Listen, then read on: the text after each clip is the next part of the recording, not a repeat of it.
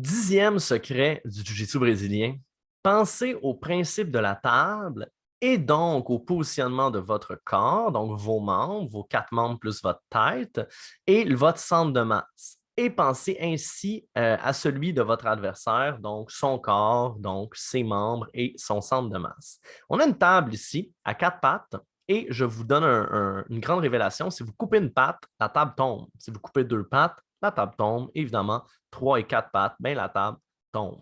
Pourquoi la table tombe? C'est parce que la table a un centre de masse qui est à peu près dans le milieu et elle a 4 bases d'appui, c'est 4 pattes. Et quand vous coupez une base d'appui, ben, le centre de masse n'est plus stable dans ces 4 bases d'appui et donc il va tomber.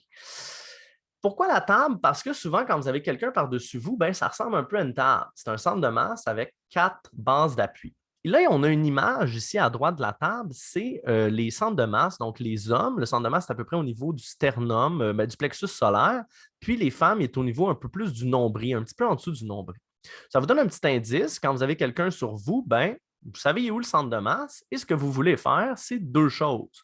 Soit que vous prenez ce centre de masse-là puis vous le tassez de la base d'appui. Donc, littéralement, vous pouvez juste bully quelqu'un et le tasser, ben, ça va renverser.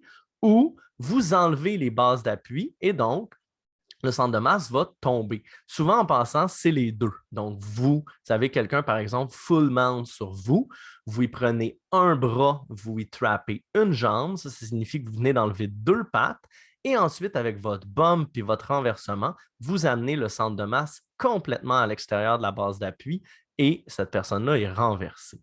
Donc, c'est très subtil, mais c'est très important de toujours penser à ça, ou en tout cas, pas toujours, parce qu'on a bien des affaires à penser quand on se bat, mais de pouvoir y revenir rapidement pour savoir non seulement comment renverser les gens, mais comment ne pas se faire renverser quand vous êtes par-dessus. En passant, si vous déplacez les pattes de cette table-là, vous êtes capable de la faire tenir à 3 pattes, même à 2 pattes. Disons, pas tenir beaucoup, mais ça pourrait tenir. Donc, avec notre corps, on peut faire ça. Donc, vous pouvez vraiment vous penser quand vous avez un bras occupé qui ne peut pas sauver votre équilibre, est-ce qu'avec mes 3 autres membres et ma tête, je vais pouvoir créer une table, donc de mettre mon centre de masse dans la base d'appui. Pour bouger mon centre de masse, je peux bouger mes hanches, bouger mes fesses, le ramener plus à gauche, le ramener plus à droite. Donc, ça va me donner vraiment beaucoup d'options pour être en équilibre et pour déséquilibrer mon adversaire. Voilà.